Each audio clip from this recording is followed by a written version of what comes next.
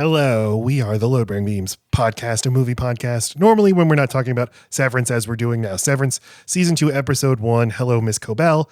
My name is Matt Stokes. I am Lacey Roth. We have this podcast where we normally talk about movies, but we've described Severance, the Apple Plus TV show, as the only good TV show, a TV show worth talking about. So we're going to talk about each episode, starting with this episode, Hello, Miss Cobel, the first episode, which just came out yesterday. And we will be spoiling everything. Spoiler alert, spoiler alert. Don't watch this or listen to this if you've not seen the episode. And we did a Patreon episode that recapped all of season 1 and talked about like what we like about the show. So that's a good sort of introduction. However, I'm looking at our Patreon numbers and I see a lot of people haven't heard that. In fact, we're not hitting our quota there. No, we're fucked. We're not getting the waffle party or the pineapple bobbing. I really wanted to finger trap. And so I guess just to let everybody know, I mean, we love the show. We're big fans of the show. And it seems like we were both very happy with this episode. Yes. Yeah. And I highly anticipated and I was nervous and I'm intrigued. That's all I wanted. I just wanted it to make me want more, and it did. And we both had like similar things we were nervous about, and the episode quelled the nerves. We're like, okay, good. You're not doing the bullshit things that TV shows sometimes do in their second season, right? Which we will detail. But we talked on that Patreon episode about how the things that we love about the show may not be the things that a lot of YouTubers are diving into. Like to us, what they're actually doing with the numbers. What, our main characters are doing with the numbers. Yeah, what does Lumen actually do? Yeah, it's not that interesting to us. Yeah, we're not looking at this as a puzzle to solve. We just are really enjoying the big questions it's asking and just a more understanding of how simple and complicated people are. Yeah. Because I feel like it's dealing with both. Yeah, it's like doing what science fiction does best, which is ask big questions about what it means to be a human being. And bringing up sort of hypotheticals. What if you got replaced? If your memories got all replaced, are you a different person? What is a person anyway? What does one person owe morally to another? And it's asking giant questions about work and capitalism and our relationships to the companies we work for, to our bosses. Can you even have ethical corporate capitalism? And I think the show is great at dealing with all those questions in a serious way, but still making a fun ass show. That is ultimately about like, I like these actors and I like these people being together. And I just get so much pleasure seeing them huddling around, conspiring or whispering secrets to each other. Feels very real. It feels very office life. Yeah. And me and Matt met in an office and you have to have these private moments. You have to steal time to build your relationship, and you're distracted from your work when you start to have a crush on someone you work with, or just having a good friend group where it's like, this isn't a day where I'm going to work, I don't think. So you're just kind of fucking off to a supply closet or anyway, all of that feels very well observed. Yeah, because this show That's why I got dressed up so that Lumen would hire me and to make sure I get on the microdata refinement floor because I am wearing blue, as is their color. I think that unlike Mark S., I think you can be trusted with that card. I think you're kind of a Bob Balaban. You're a Mark W. You're very happy to get the card, and you can be trusted with that responsibility. It depends on if a bad boy joins the team. I can be swayed. You can? A bad boy can corrupt you? You corrupted me. I did not. I tried and I failed. married you. Oh, but you didn't like break any I of the became worker an atheist. rules. What are you talking? Yes, I did. Oh. I bent all kinds of rules. You're out of your mind. God's kind of the ultimate boss. So, okay. It's the final boss. I guess I got to look at things a little differently. You're a bad influence. We were very pleased with this episode. Now we're going to get into it. We're going to get into it. We're going to talk about it in detail. Again, there are spoilers. This episode is called Hello, Miss Cobel. It was directed by Ben Stiller, written by Dan Erickson. They're the big two creators behind the show. Dan Erickson, the showrunner, Ben Stiller, the primary director and producer. I just wanted to note, this is interesting to me, maybe not to anybody else. I'm an enthusiast of billing order, of the order in which actors are listed in the credits. Yes. And in the first season, Zach Cherry, who plays Dylan, the great Zach Cherry, was second billed, starring Adam Scott, then Zach Cherry. And it didn't appear to be going in an alphabetical order. But this season, he had dropped down to fourth in the credits order. The credits order otherwise remains unchanged. Isn't that interesting? I can't think of many instances of an actor falling or rising in a TV show from season to season. Fonzie on Happy Days rose to number 2 at a certain point after being, deep. He's just the guy in the leather jacket, but now he's the breakout star of the show. Great Something example. to keep our eyes on, everybody. Or they're mind fucking us, Matt. The whole show is a mind fuck. Yeah, that's something you always have to consider. And Dylan is the character that is always pointing out the mind fuck moment. So moving his name in the credit sequence just enough. God, that's a good point. I can bake with the best of them, baby. And I've never been a baker. I don't want to be a baker. I don't mean to. I was like, okay, Lacey, if we do a recap show, I don't want to be like, here are our theories. But I find myself watching the episode for the third time, taking notes. I'm transcribing what the newspaper says. You got hand cramps. Oh. You got hand cramps from your typing of notes. All of my notes, yeah. That's sad. Also wanted to point out the first season, it's an Apple TV series, and then the second credit you see is an Endeavor content production. And that title always bummed me out. Like, what a dreary name for a production company. We're Endeavor Content. Okay. One, content's just a terrible word. They are now fifth season productions. It's the same company. They just changed Babe their Ruth in names. it, huh? Calling their shot. Going to 5 seasons with this. And now that's what I thought too, but I looked into their press release. They wish there were a talked about fifth how season. this is tied into like Eastern Winter, spring, philosophy about how there's a mythical fifth season. summer. Okay, well. There you go. Okay, so you've brought up a bummer and gave me a bummer.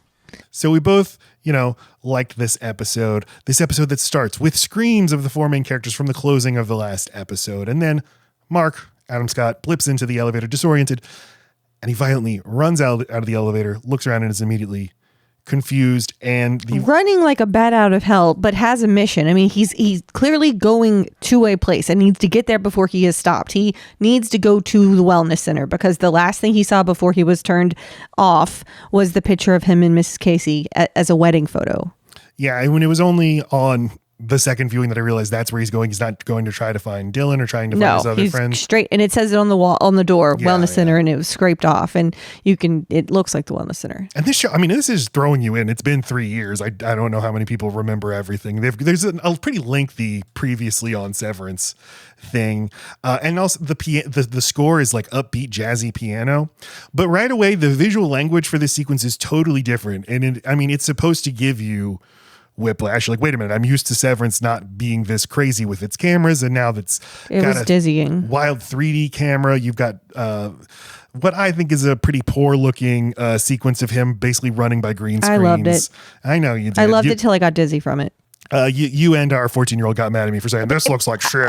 Okay, because I don't know a better way of doing what he was doing there. The panic, the way it feels when like you're rapidly looking for something, but you're on a time clock. Like, I think it was meant to make us feel like, is he going to make it to wherever the fuck it is he's going? He is in a panic. I'm in a panic. It did that. I don't know of a better way. And it's okay if they use some CGI to do it, or where the fuck it is you're complaining about. Oh, that it doesn't look good. It's just distracting. Okay, whatever. Get on out it's of the just goddamn opening. It's the worst part of the episode of a very good episode. Oh, was it very good? I'm so glad it was very good to you. It's fucking great. Are you gonna get mad at me if I have issues? I think the world's gonna get mad at you. So he's running through these halls. I at last get a sense of it's so oppressive with the white and no landmarks. And there's all kinds of ways in which this is a hell. This is a way to torment these people who are stuck here by not giving them any information about the outside world, but by not even giving them things like signs on the wall that can let you orient yourself in terms of where you are. Right. And so he's just totally unmoored, just running and running around, trying to find the room, but he can't until he finally does, the wellness room, but it's empty. And I don't remember what was in there before. Chairs and Miss Casey, a tree. Yeah, so I guess what he's seeing is the waiting room, because the wellness room is the one with the tree, and that's beyond the door. But yeah, even the waiting room isn't. Well, there's this shot where he is totally unmoored and disoriented, and we see behind him, way in the background, a white man. That's what I noticed on my rewatch. It's a white man in a suit. Number one. On this day in the office, there's no one wearing a suit with a white shirt like that, and there certainly isn't a white man wearing that. A new person. Who is this person? But he's not revealed. We're all not in the first episode, but he's menacing. Or I guess he could just be curious. He's so far away you can't tell. Right. He just seems imposing because he's just watching and staying. But that he creeps out of view before Adam Scott can turn around and see him. It's like, okay. So he then returns to his home base of macro data refinement. And like, I definitely expected to see the old gang already there. I am pissed. Like, I am so disoriented. I'm like, and they even brought in like a quirky redhead to play. You're not Helly.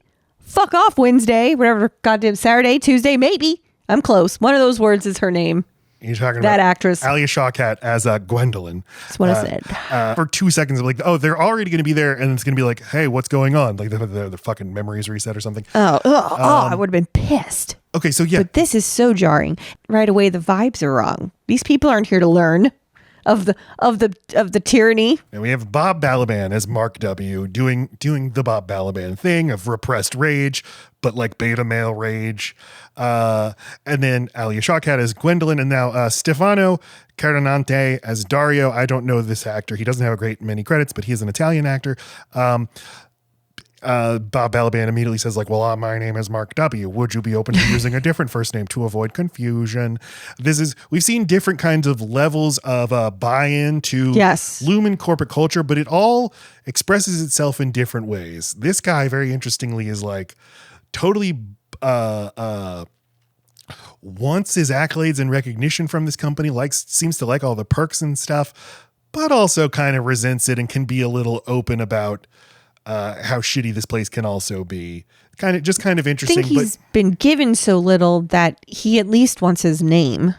You know, we learn that he didn't love his he hasn't had the best experience so far, just very worker bee, it sounds like. And at least he had the name Mark. And now in this new place, he does not even get his name. Yeah. Here is where like I'm really like my heart is dropping, because we didn't do predictions on our last episode, but a prediction I would have made is, well, one thing Lumen is going to do is split the characters up, because they're, right. You get more mileage out of the same story. You just tell it through 4 different lenses. Well, in terms of like how to deal with his uprising, well, you keep the people who are doing the uprising apart from each other so they can't collaborate anymore. But it's a thing that TV shows do all the time. Right. And then the big climax is them reuniting. And it's like, I don't want that. I want you to reunite right now. As so many shows do. I mean, House of the Dragon, it's like, hey, you love these two characters and these actors have electric chemistry together. Well, let's put them on different continents. I feel like Lost did it constantly putting 2 characters together with great charisma and then split them up for episodes at a time. Yeah. It's just like, I get like, hey, you're TV writers, we got to make this thing last. So we got to find new dynamics. We got to bring in new people, create new tensions and new stories. And the whole tension of this show is like, how do we tell a satisfying sci-fi narrative with like forward momentum and propulsion, but also keep the status quo in place? We just want our 4 guys. It was a great signal to us, the audience, to say, hey, we have a story to tell you and we're not wasting time with the reuniting moment. You know, that's going to be a satisfying moment right here. Well, when that does happen, but right here, sure. I'm like starting to doubt the show. Like, it's doing all the fucking stuff I don't want shows to do. And then Tramell Tillman as Mr. Milchick comes in. We really praise this actor. He's delightful. Yes, he's hilarious and scary. And in this episode, kind of pathetic, but also pathetic in the sense that like, I have pathos for you. I do feel a lot of sympathy for this man. Mm-hmm.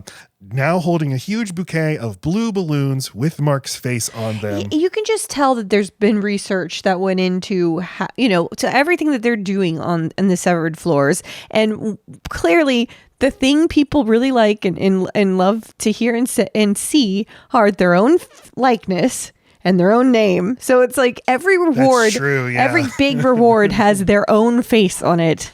Did you know? So there's this bit that Dario's doing where they're comparing notes about what each of their severed floors was like, and his was the perpetuity wing. It was brooms with plates on the faces, and they didn't have an elevator. They had a rope. Well, at the very end, I'm sorry, I'm going out of order, but at the very end, when Dylan finds Dario's etching, it's wood instead of glass. It's like, anyway, okay, sorry. All right, so we see Milchick. Well, and he's had a wardrobe change. Things are a little different now, and he's got his menacing smile. Welcome back, Marcus. Been a minute. Then we get the title card, Severance. Now, I don't think in the first season they played with this idea that like you can, leave, go up in the elevator and then come back down. but it will be longer than a day later. That in fact you can come down, and it can be 25 years later. It could be 1,000 years later. In fact, it only happened once in the entire first season that I can remember, and that was the day that Mark called in sick, and Helly and Irv and everybody was like, "You were gone yesterday." It's so radically different for the people who did go to work. So, I mean, when we both worked in offices, and I would get that feeling like if I left, it is sort of scary to think, well, things are just going on there without me. Are they going to realize they don't even need me? I was going to say, when you were sick or I was sick, like the day just wasn't the same, or like one of us got sent away. It's like, I still have to be here. How fucking scary, though, is it that every time you get off the elevator, you can't even know that it's the next day? Right. It could be 10 years later. Or that you're pregnant, or that you're sick, or you've got cancer, that hungover, even whatever. Just a cold or something. It's all a surprise. And so this is one of 2 times that he gets off the elevator and things are incredibly different. It's almost like a time travel story. Like, oh shit, I stepped on a bug, traveled 10 years in the future. Not a time travel bug. How is the world different because I stepped on that bug? Oh, I got you. Okay. All right. Not 10 years, 1,000 years, whatever. Whatever. So Mr. Milchick escorts Mark to his new office. Now he is Milchick's new office. Milchick. Now he is the man. He has taken over for Patricia Arquette from the last season. And he says, what you did 5 months ago was one of the most painful moments in the history of this company. I too was wounded by it, but we must be cut to heal. And, Mark's like 5 months. He doesn't know that he's been suspended or whatever it is that happens to them. He's being given information in these little drips, these little, there's not like a sit down and let's talk it all through. It's just, here's enough for you to stop asking me what's going on. Go on with your day. Everything about their model of HR is just enough to pass. Interaction, praise, info. It's been 5 months. Don't worry about that now, though. And this is where we meet Miss Huang, a tween employee. I mean, how old is this? Oh, I can't tell. She's wearing even a kind of a schoolgirl's looking outfit. So, I mean, she's kind of tall, though, and very mature seeming. So it's very confusing, but it's jarring to every single person. That it's weird to everyone. The idea of a severed child or even just a working child, it's completely bizarre. But she could reasonably be 15. Fine, but what is she doing? No, that'd be weird too. It's just during the school day? I think, oh, that's true. It's a work-study program. I don't know. Yeah. So Milchick has taken over Cobel, Patricia Arquette's old job, and he says Miss Cobel is no longer with this company. So Mark's like, where are the others? Where are Dylan, Irv, and Helly? And he says, they weren't fired. So Irv and Helly both successfully made contact with people on the outside, and Dylan's out. He learned what happened after that.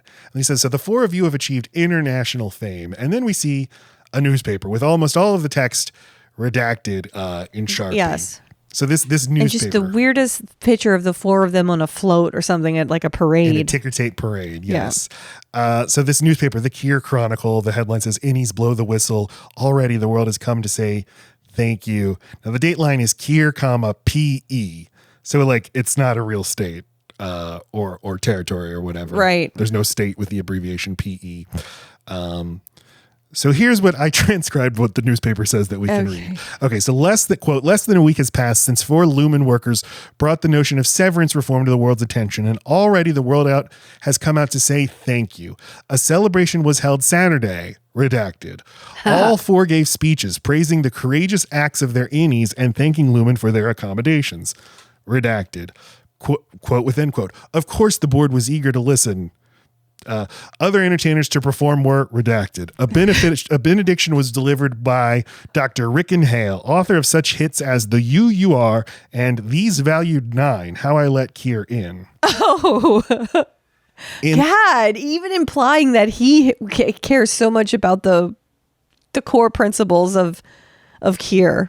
Yeah, because that's not something they figured out, they probably have figured out that the works of Rick and Hale have entered into you can just assume they found that book, because in the first season, that was their only other literature. So how smart to be look, even the one guy that you know of besides Kier has really, he's a follower of Kier. So Man, that is okay. Well, there's first the question, like, is this a real newspaper? I mean, this could all be totally fabricated. The photo certainly looks photoshopped, but I do love the idea that, let's say this was real, that Lumen then reached out to Rick and Hale and gave him a book deal and was like, hey, will you write this? And he's like, hell yeah, I will. I don't think so. I think he would have been very upset by the interaction he had with the Innie.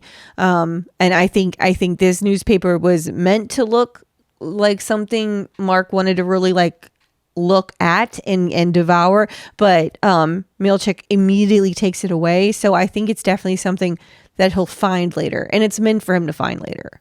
Okay. Just a little more. In the week of last week's revelation, Lumen has begun implementing global reforms to ensure the happiness and safety of their innies. Redacted. Top of the line recreational facilities. Sexual liberation. Improved snacks and the possibility for field. And then the caption under the photo says, hero Lumen employees were celebrated on Sunday for exposing the nature of severed work. Okay, so that's the newspaper. So Milchick says, like, you've become the face of severance reform. Apparently there's severance reform going on out there in the world. Notably, this episode doesn't go out into the real world. It is only down on the severed floor. Right. We feel as an audience very stuck there. Yeah. It's effective. And yeah, if any of this is true, we have no idea. So Milchick, we're in the dark. Milchick says he has regrets about how they were treated. He says, I locked you in a room like an animal, Mark. As an unsevered man, I'll carry that knowledge the rest of my life. You're the lucky one, Mark. You, half the time you're alive, won't know that happened to you. Like, just so empty. Perfect. At this point, I'm standing up and I'm like pumping my fist. I'm like, yeah. Because, like, of course, this would be how a company responds, is with PR, with embracing like the language of social justice and psychological self-care. And we hear you. We're here for you. And finding the parts that they can stomach admitting to, so that it seems like they get the point and they see what went wrong. And look, so we'll specifically not lock you in the room anymore. We'll specifically not make you recite whatever until you're, they can take those things away and still keep their workers. Yeah. So they're not losing any money by doing these things. Also, one of the big things was how he locked them in. And then, sorry to jump ahead, but when Mark loses his temper and yells at Milchick, he takes his badge off of him and gives it to the other Mark and says, you're now in charge. And so Mark S., you're to stay here and report. Like he's like, okay, now you can't leave this office because now you're under the other Mark. So how is this different? You're going to get in trouble if you leave this office because you're no longer a person who can roam the halls. Yeah, it doesn't even appear to be like an actually like universally applied thing.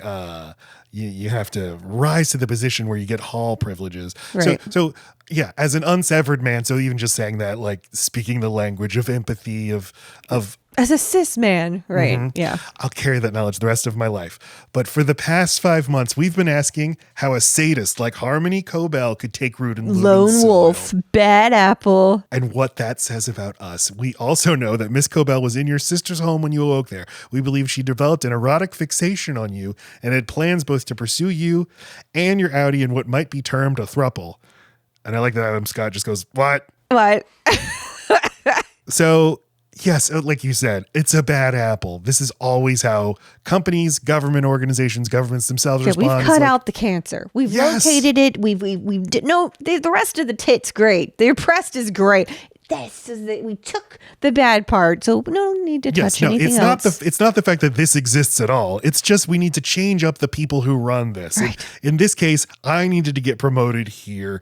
But I mean, there's a billion examples. I think a really notable one right now, Vince McMahon, appalling sexual assault and sex trafficking allegations led to him getting ousted from the company. And the entire WWE PR machine for the past 2 years has been like, we're moving on. That's all in the past. Vince McMahon did great harm. He's a stain on this company's legacy. If you keep going, I'm going to use my hall pass. I just need to get something from the supply closet. You go on. You keep saying your examples. An ink pencil? So Vince McMahon, he's gone. And the problem was just him. It was just a one-man thing. Now, Yeah, the person currently running WWE, Vince McMahon's son-in-law, but he had no idea what was going on with Vince McMahon. And the other guy running the company, a longtime business collaborator of Vince. No. Seriously, we're all good now. It's totally not a company-wide thing baked into this whole system. There's so many other examples. The CIA in the 1970s, after the famous Church Committee hearings expose all this horrible stuff that the CIA does, the CIA responds by like, that's a bad look. Okay, yes, all the bad people are gone. And in the new head of the CIA, Mr. George Bush. Hello, everybody. All right, okay. I'm George Bush. The U.S. government going from Bush to Obama. It's like, we got the good guy in charge now. Nothing can be bad now. Anyway, all right. So Mark, and I love this mode that Adam Scott plays of like, he balances the kind of smarminess that's inherent to Adam Scott with the like, the well-meaning, like very nice guy, but also coming into his own as a like assertive, pushy advocate for himself and what he wants. So he's like, you haven't told me where my team is. Those are my perks. That's what I came back for. That's what I was wondering when I walked through that elevator, and I still haven't. That's the only thing I've gotten that was good ever since I've fucking been here. Give them. It's the only thing I care about. Fuck your balloons. Fuck your perks. So Milchick says like none of the others agreed to come back. Only your Audi agreed. Your Audi, in fact, wanted to come back right away. Begged to return right away. So the Maybe others looking for Casey. Oh. But again, you don't know if any of this is true. So the others, they refused. Well, I'd like to hear it from them. I'm afraid that won't be possible. And the face acting on Milchick is just perfect because he loses that smile just enough for you to know he's pissed. Again, Tramell Tillman, probably the MVP of this episode. So good. Enjoy your balloons. Enjoy I your love balloons. that he says, you can leave them where my old desk was. I don't want them distracting you. Like, what the fuck? Yes, you're a child. Yes, you're a fucking kid. And Miss Wong here can mine them for you. He has not shown one fucking interest in the goddamn balloons. So Mark goes back to the macro data processing unit, the office. And Bob Balaban explains like they were transferred from a different branch. They used to work at a different branch. They showed up about an hour before Mark did, and they started talking about the differences. Their carpets were a different color. The keyboards were all a different color. Their perpetuity wings, two of them had animatronic, bit more advanced, more funded severance floors than obviously this building has. And then you've got Dario, who had brooms and a rope and wood. Yeah. So yeah, like this is the first we're learning that the severance floors are in other buildings, and there are other buildings and in different places. And are they in different states? Are they all in the same state? No one knows what state they're in. It didn't even occur to me in the first season that they didn't know what state they were in. But yeah, well, how would they know? Yeah, because Alia Shawkat says like 3 of us think we're in Wyoming. Did you see any buttes? What's a butte? A geographical formation, a flat thing. So then Miss Huang comes in to do the ball game. Now, I didn't write down the actress's name, but she's great at doing the HR tone of an HR professional. So they go do that game where they sit down around the table. The person have to say a thing, but they don't. The game is just for the 2 marks for some reason, and then at the end of the game, she doesn't let Gwendolyn do it, and she doesn't let Dario do it, and then she congratulates both Marks. Congratulations, Marks, for having done the game. Yeah, I mean the one of the things, the question, how do you get people to perform their jobs well? It's something employers have been dealing with since the beginning of capitalism. Got to give them just enough. And if you literally can't pay them money because these people, are totally disconnected from the people who actually make the money, where would they spend it? Yeah. What can you give them?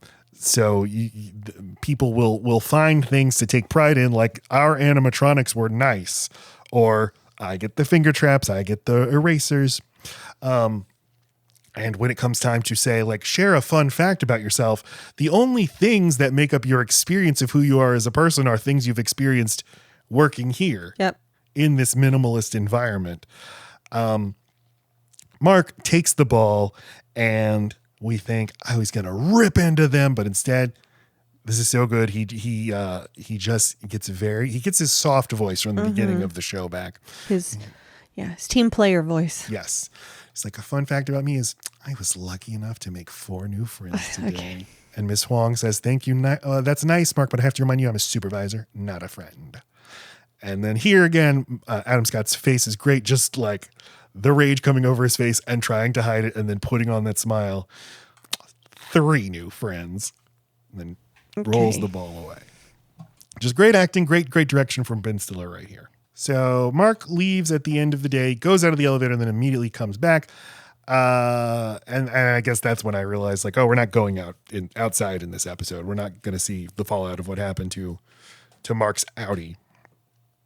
So he starts writing on a sticky note, then he folds it up, puts it in Bob Balaban's pocket before he leaves, and then returns the next day to see the fallout. Everybody's waiting for him in the office, and Mr. Milchick reading the note that Mark wrote. And tried to frame the other Mark with it by using the term that he accidentally called Milchick in the beginning, which was milkshake. Obviously fake note. So right. Didn't bother to change his handwriting or anything. He seems to be trying to blow up his ability to get along with this group. So he's basically like, you guys want us to be productive. You want us to be content. I'm showing you that I refuse to be content. I just blew up my friendship possibilities with these 3 people. Now what are you going to do? Yeah, we're not going to be productive here. Everyone's very distracted and very pissed. So it will be more cost effective for you to just get my team back. Right. And it's clear that like he wasn't actually trying to get anyone he left it in his handwriting because he wanted them to know he did it. He wanted to get in trouble for it and be the asshole, destroying the dynamic that they were trying to build between these people. Mm-hmm.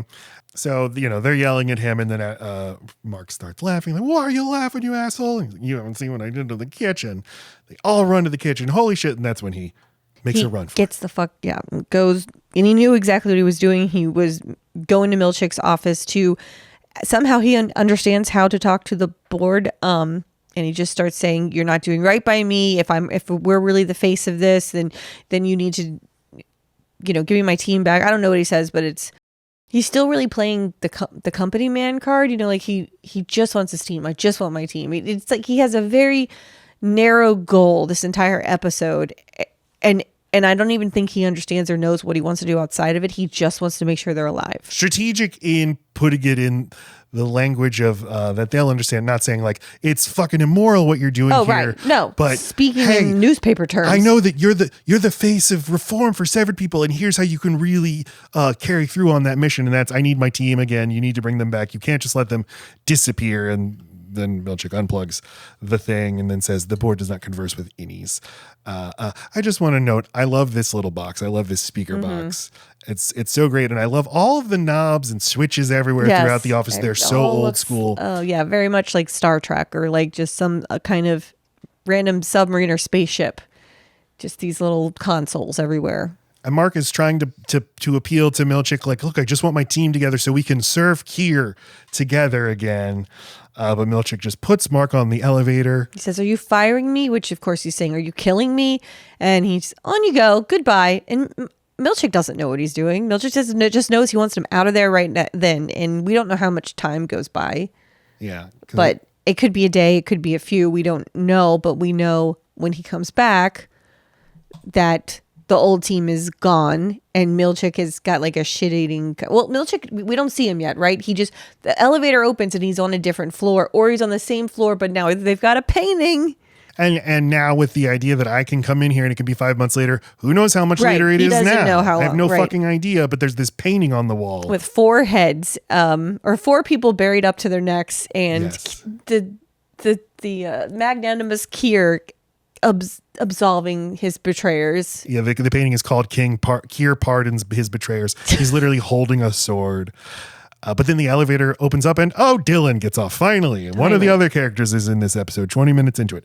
And Then Irv comes off, and Hallie one by one. Well, and Irv is super upset. So Yes. that is something that does not get resolved for a while. But so everyone is traumatized by whatever the fuck happened to their Audis. And to them, they are still in the instant. In that moment, right? Yes. They are fresh, and it's just so interesting because Mark is 3 days over it. Like, so he's had time to kind of calm down. But what they do by making us wait 20 minutes to see the rest of the team, to know that we're going to see them and it's not going to be one of those shows that separates everybody, is they make us suffer with Mark, with this new team. There's no hint that there's like one moment with the older guy where it's like, oh, he might be nice, but with the language barrier with Dario, and then Gwendolyn being like almost like a child, she's so enraptured by the whole experience that she's going through, and the wonder of innies and outies, not like the trauma of it. We're not going to gel with this group. This group is on a whole other wavelength. This is not the vibe we wanted. And oh, thank God, Jesus Christ. Okay, the whole team's back. So it's like they make us Mark. Yes, I love that point. I love that point. It even works on the metatextual level. Yes. Of like, I now feel as a viewer like I just want my team back. Right. My God. Show us. That it's so much more effective that we didn't have cutaways to Dylan and everybody for the 20 minutes leading up to this. So, yeah, I mean, Irv, like you said, seems like especially traumatized. He comes out of it screaming. So, and you just can't even talk to anybody, and doesn't. Yeah, and so like Mark is trying to explain the little that he knows. It's like, I don't think they fired me. I think they tried to, but they didn't. Yeah. But we're not in trouble, and also we're famous. Right. And Dylan's immediately like, well, are we all equally famous, or is one of them a star? One of us is a star. Which is such a Dylan question. But then they're all, also you have the thing with surveillance is, I don't know if I'm being listened to. I don't know if we shouldn't tell each other what happened to us out there, because they might have literally brought you out here just to find out, right, because they don't know. But Hallie points out the security camera's gone from their office.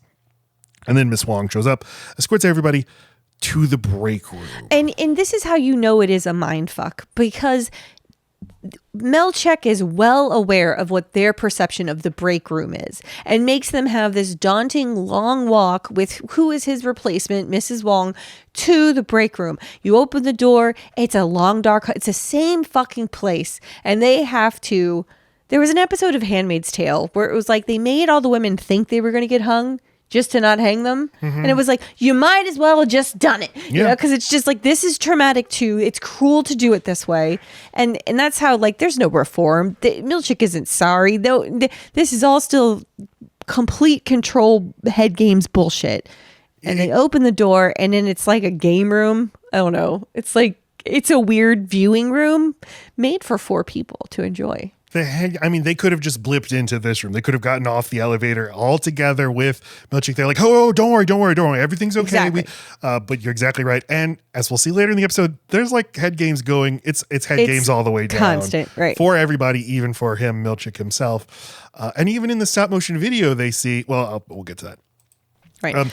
It's a cool break room. Oh, it's just not like those other break rooms. The sayings are amazing on these posters. The break room used to be, like an interrogation chamber where we'd waterboard you and stuff, but not leave any marks. Now we've got these comfy, retro-futuristic movie theater chairs in front of a television Another set. console with knobs and buttons. Yeah. And the posters. So there's posters on the wall. With these weirdly old words. The words of like a 80-year-old man. I'm a frolicaholic. The frolic word. And then the be ever merry. B-E-E, and we see a word. Sure. But to be merry at all is like, is it Christmas? What? Yeah. Milchick's there. He's in his turtleneck again. This is his party. No, guys. Hello, fellow kids. Things are good now. I get it. Mark says, I guess the board reconsidered my terms, all right? So Milchick's like, all of you are about to watch a movie that everybody, when they start working here, they're going to see this too. And so. See, and that's why I think there's been even more time that, again, he still says, I've been here for 3 days, but it seems like it had to have been weeks. They had to make the video. They had to make the break room. The break room could have been there, but like, if this was an orientation video that already existed, it would have probably gone a long way to make Mark feel a little bit better if he'd been shown it. My read of it is Mark, They bring him out it. the first time thinking like, let's see what happens. Yeah. And he seems like the most pliable. He was the team leader. But no, okay, he's still resisting. We got to go further. We got to try more. We got to really, really rebrand. Right. Okay, so this is incredible, this video. Well, the Lumen is listening is the slogan, which is just a beautiful slogan. But you noticed, oh God, this is my favorite detail of the entire episode. And this big grand gesture, this thing that they put a bunch of money into, this video that they're making to make these guys feel like a hero. And then they misspell or am I just misunderstanding what they're trying to do? What do they misspell? Microdat uprising? The macrodat. They're just shortening it like But it's just missing one letter. I know it is a little weird, but I don't think that's like a head gamer. That's just like a No, I don't think it's a head game. I think it's like this is how not sincere this is. That we didn't even spell your department correctly. I mean, they're not Saints fans. They're the who dat. Like, I mean, why are we macro dat instead of macro data? How is that a shortening? Macro dat uprising just sings in a way macro data uprising doesn't, because you get a vowel to another vowel. You don't want that. Macro data uprising. You got to end with that hard T. Macro dat. All right, uprising. whatever. Fine. That's why. Fuck me. I just nailed it. Lumen is listening. So we get this incredible stop motion short film. Basically, Lumen is listening is the slogan. On Succession, they had their plot line where their company had sexual misconduct, a sexual misconduct scandal, and they send out, the woke daughter of the CEO to be like, guys, listen, here at Waystar Royco, we get it. And that's their whole message of their whole PR campaign is we get it. And that phrase can be read two different ways. We get it. Or, we get it. Shut up. So Lumen is listening. We hear your complaints, but also we're listening all the fucking time. So this building, this stop motion building, with eyes and a mouth, like a Nick Jr. Character. It's all very patronizing, right? Hello, you're sitting in me right now. I was wondering, who is this voice? Is that Keanu Reeves? That's because it sounds like when they used to let him talk. Well, he doesn't talk that much in movies anymore. He's just cool and stuff and silent. When he did talk in movies, I'm an FBI agent. But he sounds like Duke Kaboom from Toy Story 4. He's uncredited, but I looked it up, and yes, this is Keanu Reeves doing the voice of Lumen, of the Lumen building. So he's like, this building's here for a long time. There's been a lot of changes, but one thing's always stayed the same. I've always loved my workers, both unsevered and severed floor and severed. So are we to think that this is the first Lumen building because they show it from like the 1800s? Yeah, I think this is like global headquarters because the town is called Kier. This has got to be. This is where it started. This is the Hershey, Pennsylvania. So it's just this building. It has one of the premier workspaces of the 206 companies in which Lumen operates. Then we see a stop motion guy running through the halls, and then the wall says, "Hey, no running in my halls." He's like, "No run." He's fucking scary, and it's meant to be scary. And the guy gulps, and then the wall says, "That tickles." And then Irving laughs. Yes, but right here, it's even in the video they have to be like, "But we're still going to torment you by making you think we're going to." Whatever the wall would do. We're just keeping you unstable. You don't know if we're serious or not. Exactly. All of this is about keeping you totally unstabilized. Right. What makes a building truly happy? This question came to light when 4 MDR workers, dissatisfied with their severed lives, conspired to mount what Lumen historians will forever call the Macrodat Uprising. Under my nose, under my literal nose unfolded a drama of danger and intrigue. And now we see the animated versions of each of the 4 heroes. And now here's some more mindfuckery because they show things that are not true. They show all of them in there figuring shit out. And I guess they were all in there at one time, but it makes it look like they figured it all out together but that was Dylan that did that part. And then they show Irv saying something he didn't say exactly the way he said it, and then a dance routine. So it's like they're intentionally letting, like, look, we're showing you what happened, but we're making it more theatrical. So then by the time they get to this like kiss that happens between Mark and Helly, where they're totally freaking, like letting that cat out of the bag, that was theirs to know and to keep to themselves. But neither Helly nor Mark admit to it. So they could, if they wanted, they could just be like, it was like the dance sequence. They're just adding, they're putting in padding to help them keep things from each other. Like I don't know. It's like they're giving them opportunities to be dishonest with each other. The animation says like, so this uprising yielded bounteous reforms, tasty new snacks, a fun, playful mirror room. And salsa. So it's like, listen, it's a fun workplace now. And like, if you want to go have sex in the break room, you can. That's sort of the implication. Because the employer's like, who gives a shit? Just make quota. Go fuck like rabbits. And the building's like, it's funny. It took the quiet courage of 4 MDR heroes to show me who I really am. And I thank here for them. And so we see the 4 stop motion guys, heroes, waving happily at the entranceway to the building. So the stop motion animation, this great short film, basically, I don't have the name of the actual animating director or the individual animators who worked on it, but it was produced by Dan Harmon's company, Starburns Industries, which he has with Dino Stamatopoulos, who of course played Starburns, the character Starburns on Community. The big thing that you probably know, or that you might know them as having produced, is the stop motion animated holiday episode of Community from season 2, I believe. And right away, I'm like, oh, that's what, yes, of course, that's what this looks like. Just great work, everybody at Starburns. And like, okay, this is beautiful. So Lumen has completely co-opted, completely assimilated these 4 and their rebellion into the message, the branding, and the history of the company, and saying like, it's a good thing this happened. They showed us, well, we've made some mistakes. We've had some hiccups. By bringing them in and making it look like they totally sign off on all of this. Right. Their message is entirely neutered. It's neutered forever. And whether it's, AOC working in the Democratic Party, Bernie Sanders going mindlessly along with whatever Joe Biden wants, you can't work in the system. If you go into the system, you won't change it. You're just going to get co-opted and you will lose your power. This is just, it's such brilliantly observed ways that companies do PR. And I just want to neuter the rebellious ones.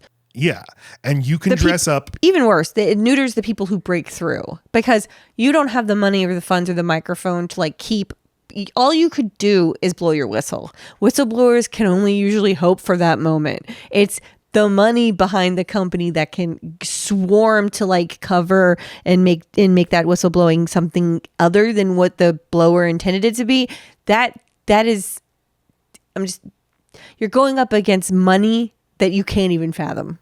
And to continue, if you want to be Edward Snowden and live in exile the rest of your life, you can do that and be miserable. Or, the company fall in line, bitch, can say like, hey, we hear you. And what we'd love to do is give you an annual salary of $10 million to come advise us on how to be better. Now, to the rest of the world, it's like, oh, even he signs off on it now, so they must be okay.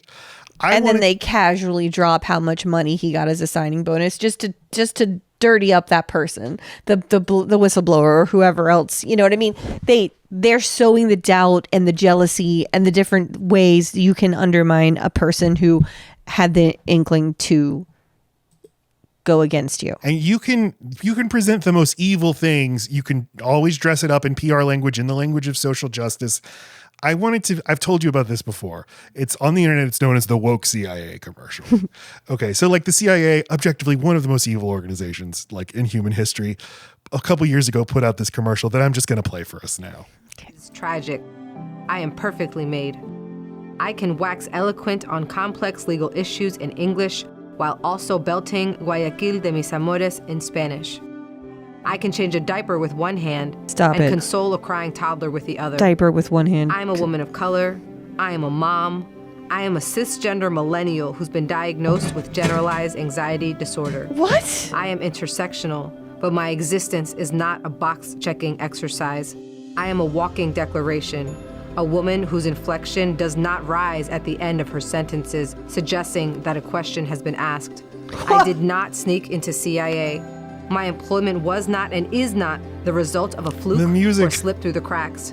I earned my way in, and I earned my way up the ranks of this organization. I am educated, qualified, and competent, and sometimes I struggle.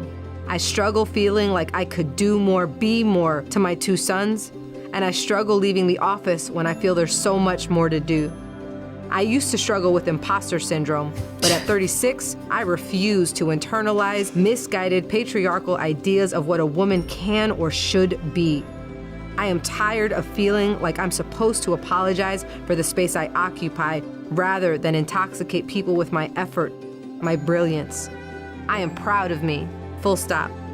My parents left everything they knew and loved to expose me to opportunities they never had. Because of them, I stand here today a proud first-generation Latina and officer at CIA. I am unapologetically me. I want you to be unapologetically you, whoever you are. Know your worth. Command your space. Mija, you're worth it. So this is on the official YouTube channel of the Central Intelligence Agency. Congratulations for hiring one Latina. Like, what is that is Look, CIA. bizarre. Yes, we've made some mistakes. Doing all that regime change, propping up dictators, But look, illegal we hired torturing a and mom. spying. The problem is we were too patriarchal, which I've always like, yes, of course. Yes, the CIA was not diverse. Right. Also, there's a lot of other stuff wrong with it, but you can dress up anything in this gloss. Right. And also, this lovely woman is also capable of horrific actions. Like, you're not telling us anything about her character. Yeah, Like, my parents never Great. dreamed of the opportunities I would have to illegally spy on Americans and conduct illegal wars and assassinations and stuff. Anyway. So Mr. Milchick says, I know we have our differences, but I want you to know I truly respect all of you. And by the end of the day, you get to choose whether to remain here. You're not your outies, you. If you want to leave, I'll send you on your way. And who knows, maybe I'll buy you a drink at a bistro one day. what's a bistro? We'll never know. So, well, I figure it's that bistro from the I know. first episode of the show. I know. It's the only but restaurant I'm in town. saying, like, what is their frame of reference for fucking bistro? Oh, it's a question the show never answers. I Like, how know. much do they know? Do they know what a boat is? Now, of course, so previously you couldn't choose to leave. It was up to your outie, but now you have the choice to leave. But of course, that if you leave, you die. Right. Or, I mean, it's a question that like they're dealing with in the episode, like Dylan and Irv will kind of have the debate. So I took a lot of philosophy classes in college, was not good at them. As soon as I graduated, I was like, I should have taken that more seriously because those were some cool classes. But the best one by far was a class just called Death. It's just a philosophy class called Death. Got it. It's the philosophy of death. What is death? It's a harder question to answer than you might think. And to even start to answer that, you have to define what is a person. Because like, if a person dies and their body is lying on the floor in the room with you, and if I die and my body's next to you and somebody said, is that Matt? You'd be like, well, it's not Matt anymore. Something is left. Well, what is left? What is the definition? You see what I'm saying? Like, Yeah, consciousness. but then like, and your faculties, right? You being able to act as the world knows Matt to act, having your personality. Because I would say someone with dementia is also a question of, well, maybe that person's already gone, but they're not legally dead, but is that still Beth? that is a counterexample that people will bring up when they say like, well, it's your memories. They're like, well, if you have Alzheimer's or if you have dementia or if you have amnesia or just like, you don't remember a lot of your life. Does that mean you weren't alive during that's a stupid those parts? That I think it is your personality this reasonably the same as we've always known it to be. Then if it is, then I'd say what I have here is that person. In whatever form they're in. Yeah, the complicated answer is it's like a complex mixture of things all interacting with each other. Personality, like you said, sort of continuity of consciousness. Mm-hmm. But all these simple answers, you think like, well, I'm the same body. Well, you're not the same body. Your mass recycles over a period of time. I think it's every 7 years, the cells that make up your body completely change out. You have an identical twin. The twins are not the same people. All of this may sound pointless, but it gets to the question of literally what makes up a person in terms of their identity. And we have here just one of the most interesting things in sci-fi that I can think of is directly addressing this question. Am I the same person? Is my outie the same person as me and Annie? Is my and what do I owe them? And should I even care about what happens to them? And should they care what happens to me? Because now, with the question of, by leaving, am I dying? And how does that make us feel? How should that make us feel? And when all you wanted at some point, or some of you wanted, was to leave, to die, to not have this part of you anymore. Like, how much do you need to change your mind? And I just think it's interesting the flip that Helly makes from the first season to the second. Yeah. Now it's about this small life. She has no hopes that whatever's out there is better. Yeah, because now at this point, it's guys, talk about it amongst yourselves. You have to the end of the day to decide whether you stay here or whether you leave / die. So the four people are sort of reacting to it differently. I guess let's talk about Irving first. He seems to be the most traumatized by what he saw out there. And the first thing he says is, it's not our world up there. Right. He used to be happy when he just did his job and was good at his job. And when he was not trying to be happy, nor had any thoughts about trying to do anything outside of what they told him to do. Yeah. He was fulfilled being good under their standards, under corporate expectations. But he had this little virus planted in his head that he can't escape. One of being in love for the first time, at least in this Innie's life. Got it. In love with Christopher Walken, and then just like true having your consciousness raised to the nature of your oppression. And it's like, well, if I could flip a button and make it so that I don't have that stuff anymore, I would, but I can't. So what do I do? Because I can't go live up there. I'm not comfortable in the outside world, even if I was allowed to go live up there. But to Dylan, he's like, I need you down here. You're part of why my world down here makes sense. Also, I don't want you to die. Helly, when they're all telling each other, what they did up there, she lies because, of course, she is the daughter of the company CEO. And that was my biggest curiosity with the ending of the first season was, what will Helly do with that? And I'm a little bit annoyed that she doesn't immediately just say it so that they can deal with that and figure it out. And because I think that's interesting. But she is of so much privilege that she doesn't even cover up her lie very well, because Irv immediately thinks it's odd that she ran outside at night to tell a gardener. And he says, a gardener at night? And she said, well, I'm sure he does something else during the day. So she didn't even understand what he was saying. He's like, no, why would he be gardening at night?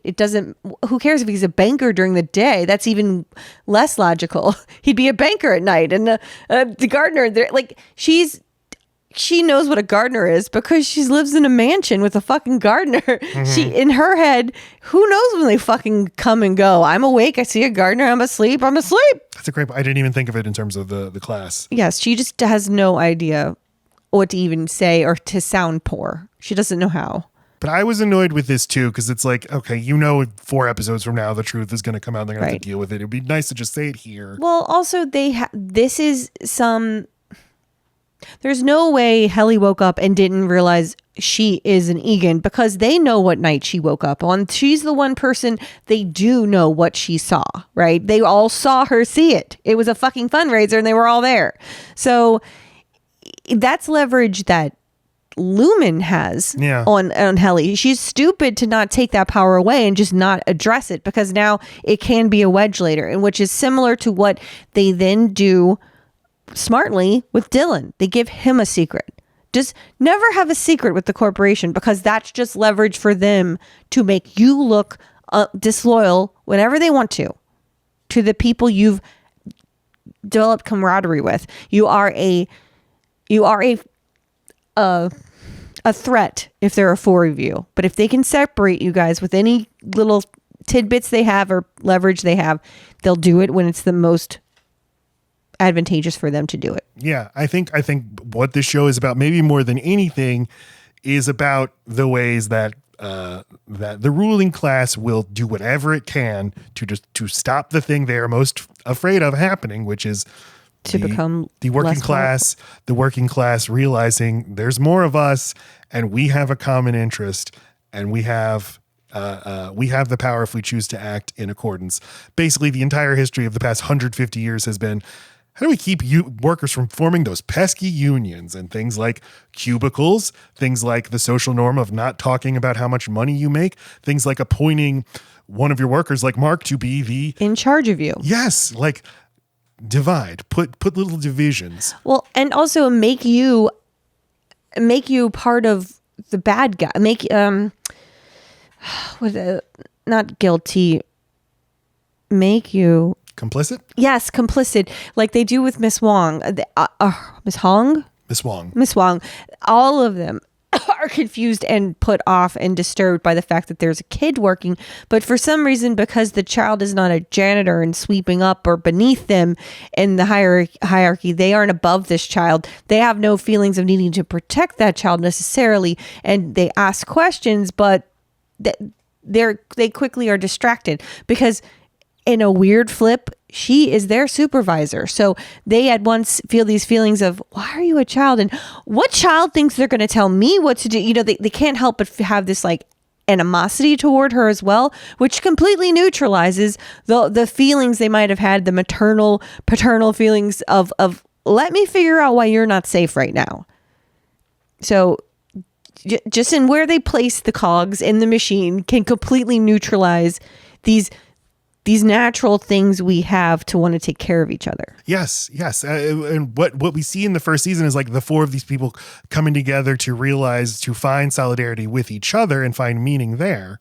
Even the fact that their cubicles that there are cubicles in a giant room, there's no need for them to be together. Even the fact that these cubicles have an optional divider where they can put it up if they want separation and put it down if they're feeling cool.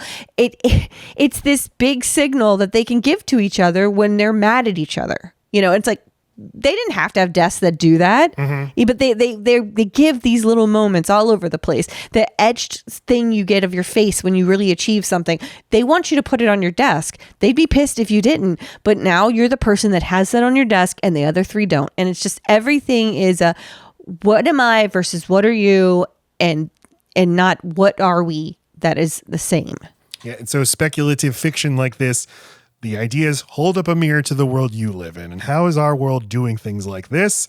It's doing things like this in, literally everything. Well, literally everything. Just a few common Owning examples. A Tesla, being into CrossFit, being a Stanley Cup girl. Like there's literally a label for every fucking thing you could do. And it signals that I am this and you are not this. And that we are competitors. So when you're asked, can you leave a review about your customer service? Can you rate your server, rate your DoorDasher? Even tips. You're in charge of how much these people get paid or do not get paid.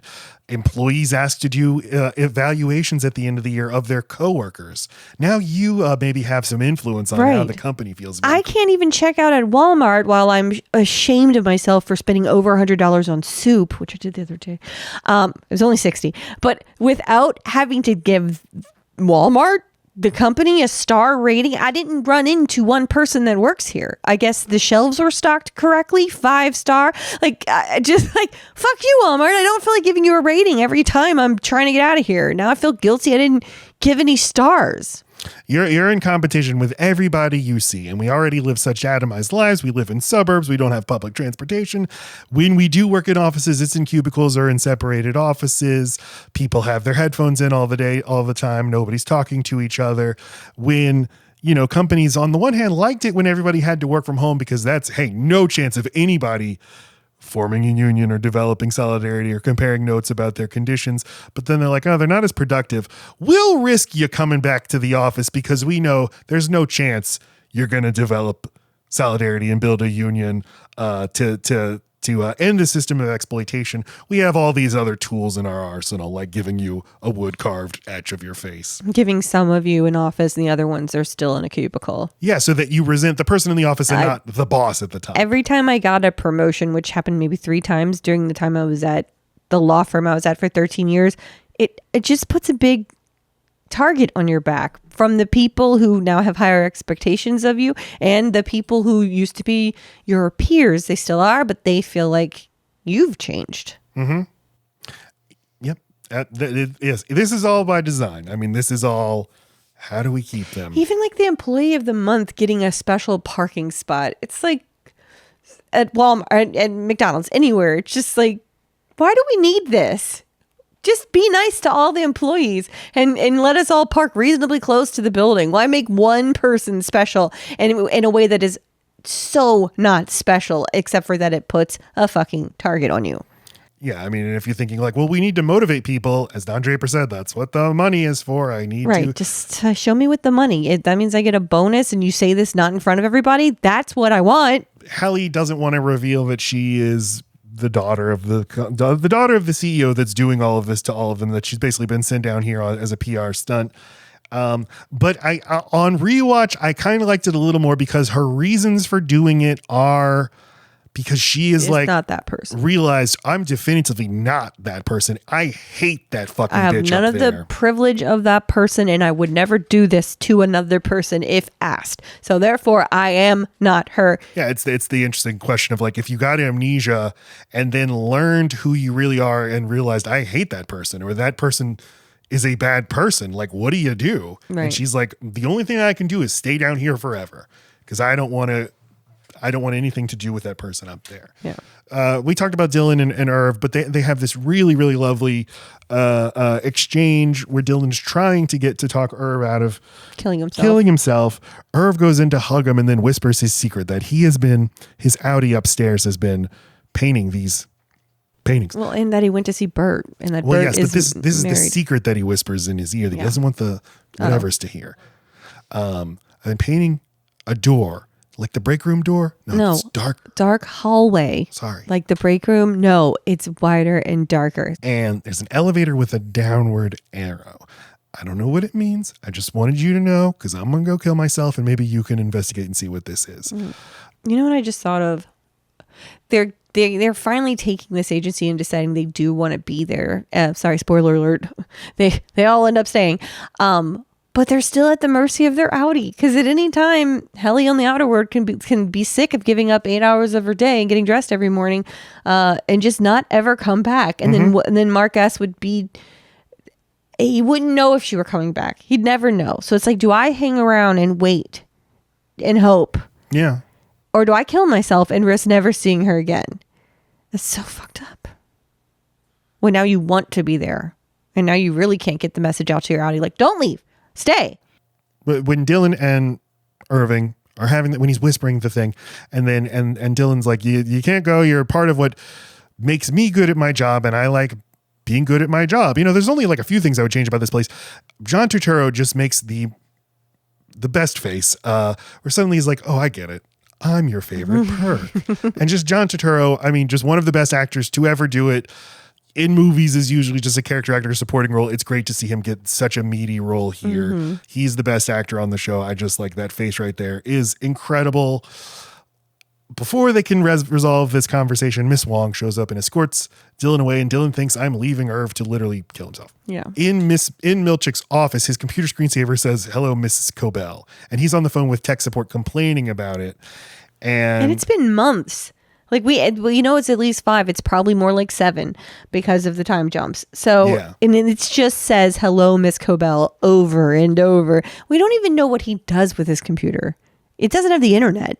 You know? Yeah, we know that this right here is very important to him. Seemingly the only thing that's important to him. And when he's talking on the phone, we don't hear what the other end of the conversation, but he says, well, I sympathize, but I just need this taken care of. And that's when I realized, like, oh, he is being fucked with too. Mm-hmm. I don't know toward what end, but he too is like, they're seeing how far they can push him, which made me wonder, you know, he's not severed, but are we going to find out like, well, the whole Audi world is severed itself and there's another world beyond that, which is always a question you have to ask yourself in like a simulated reality movie. Is as soon as I know that simulated realities can exist, I should assume it's just simulations all the way up. Mm-hmm. Brings Dylan in and says, hey, listen, keep this quiet, but we are building a family visitation suite. You're But he also takes them into the back rooms. This is he goes into what looks like a wall, and Dylan even like looks at it like that's a door.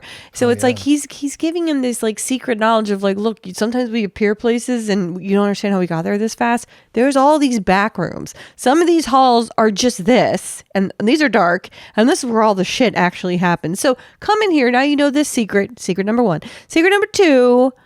Look, we're building a family visitation wing. So, and he's clever in how he says what it is. He's like, well, if the name of it is to be believed. He never says, yes, you'll get to see your family. He's just like, well, that's the name of it. Nor will you ever have any reason to know that if we get some actors to come in and say, hi, we're your family, that you'll know that they really are. He knows what his one son looks like. But they could make up an excuse why that son's not there. Or say like, well, that was 14 years ago. Right. But yeah, you're right. This is just another way like, hey, listen. This is not you and my you're secret. the privilege, just between you and me. And like, we don't want to tell them they're all single. Like, so they couldn't handle it. And even like Dylan says, holy shit. And Milchick says, the holiest. So it's like, hey, I'm cool too. I get it. You like family. I get that. Like the others wouldn't want to see their mom or dad. Like what if it's so stupid. Like there's not other family to visit, only children.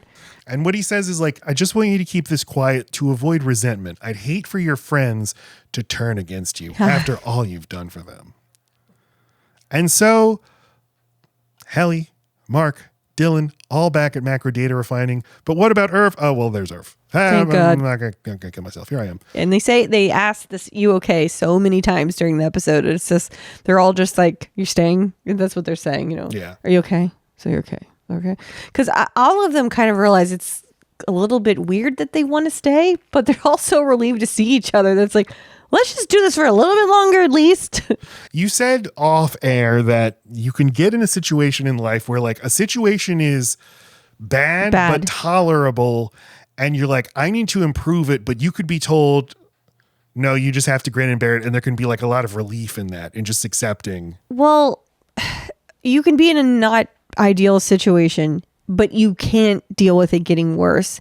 And you might get news that, oh, it's about to get worse. So the fact that it doesn't, or that was like false news, or like they're turning their lives around. And so clearly I'm relating this to like a person in my life rather than a job, but it's like, I can't deal with this person being less responsible. So when this person tells me, here's what I'm doing to change, here's how that was misunderstood, blah, blah, blah, you walk away from that conversation and you are relieved, even though it was half bullshit. But it's like, if I can just go back to this non-ideal situation and it's not gonna get worse, then I can do this. Mm-hmm. And I just want things to go back to what I'm used to. It's like just returning.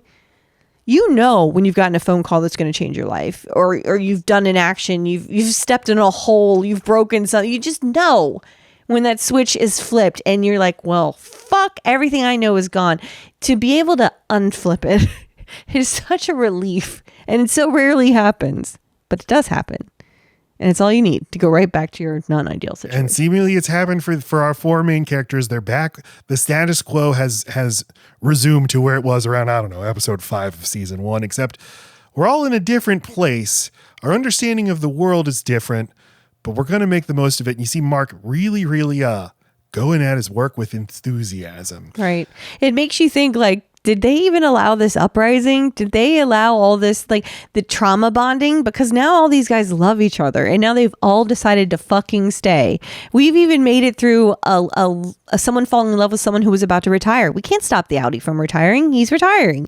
So now this love-struck guy is completely devastated. Why don't we let these guys have a coup? What if we, even that part seems like... Sometimes you got to let people have a coup. Let them have a coup. Right, let them have a coup. So it's like, well, you give them, if this show is all about giving them just enough, just the right amount of care, control, perk, whatever. But it's so minuscule that I feel like if it's an experiment about the bare minimum you need to do to raise a productive human. the bare minimum they need to know, own, have control of. Mark is doing his work and he sees he's 68% completed, and then cut away to a different kind of screen that we've never seen before. That's such a quick cutaway too. Yes, with Miss Casey, his wife, who's in this screen is headline Cold Harbor, and she is at 68% progress of something. We don't know what it means. We don't know if it's connected. And another thing, and this is going to be so stupid, and I don't even know if the math works out, but if you watch the episode over, you will see that there's more going on with the way that Mark looks at Mrs. Wong. Like, there's just 2 times where his looking at her is doing more than what the other people are doing when they're looking at her. That's how I feel. And so, of course, I'm like, okay, is this their fucking kid? Do they have a kid? Is this Mark and Miss Casey's child they're putting down her? I don't know how that could have happened. I don't know how he could have missed a pregnancy, but what if it's 8 years later or 12 years later and Miss Casey was pregnant during that accident? Okay, see, this is stupid. This is stupid. And they're putting her down there to be like, does he know? Does he know? The same reason they put Miss Casey around him to begin with. It's like, can he tell? Can he tell? How severed is he? How severed is he? Like, well, can he tell if he's a father to this thing? It just all feels like, why is she down here? This doesn't make sense. I think it's for Mark. I watched The Truman Show last night, and in The Truman Show, they're like, Truman Burbank is his name. First child ever officially adopted by a corporation. So maybe Miss Wong, she is their baby, but she's legally the property of the corporation. So that's the episode. Great episode. Do we want to do a letter grade? Oh, A, B, C, D, or D? Wait, no, wait. I gave it an E. E for everyone. I give it an A, a fucking A. A plus. I give it an A. I'll save A plus for when it blows my panties off. Yeah, I give it an A minus. Very satisfying. Quelled my fears. Gave me a lot of excitement and intrigue. And let me know we're still exploring these big political, economic, and sci-fi questions that make you love the show. We get some great moments with all of the 4 main actors and also with Tramell. Okay, he's one of the main actors too. We don't see Patricia Arquette or Christopher Walken. That's or the sister. And I love the sister. I will say I'm a little worried that the next episode is going to be only the outer world, because I wouldn't miss the innies. Part of me wants the whole season to just be the innies because I like only knowing what they know. But given that this is Hello, Miss Cobel, and then it's the next episode is called Goodbye, Mrs. Selvig. That makes me think, okay, now we're going to flip over to all that's been happening in these months. I would be shocked if it's not that, if it's only the outies. I just hope the whole season isn't flip-flopping back for. I like the mixture. I want to keep the mixture, but maybe they'll wow me. My guess is the first 2 episodes will be segregated like that, and then we'll go back to the status quo. But let us know what you think. Yeah. And drop a comment in the comment thingy. You know where and to do it. And don't be mean. Like, if you listen to this, that's amazing. Thank you. That means you love the show like we love the show. Understand that we love this show. Can you not just leave a comment just to say that, like, I'm bitchy and this one farts? I don't know what you would say, but just thank you for taking the time. Please take the time not to be a dick in the comments. Not saying that's happened or anything. I'm tired. The time is always right to not be a dick. Yeah, just, it's okay if we didn't dazzle you. That's fine. It's weird you stayed till the end, but we are people. Don't be mean to the people, please. People with a movie podcast. Drop a finger trap in the comments if you think we deserve some sort of incentive. Please check out our podcast, Load Bearing Beams. Most recent episode on Mortal Kombat 1995. Subscribe to our Don't let that stop you. Patreon, patreon.com/loadbearingbeams. Hear our conversation about Severance season 1. I don't always dress like I work at Lumen, but when I do dress this way, I'm talking about Severance. Is there a Severance specific sign off we can do? Yes. Good afternoon, good evening, and good night. That way it's Truman Show. Perfect. And then, yeah.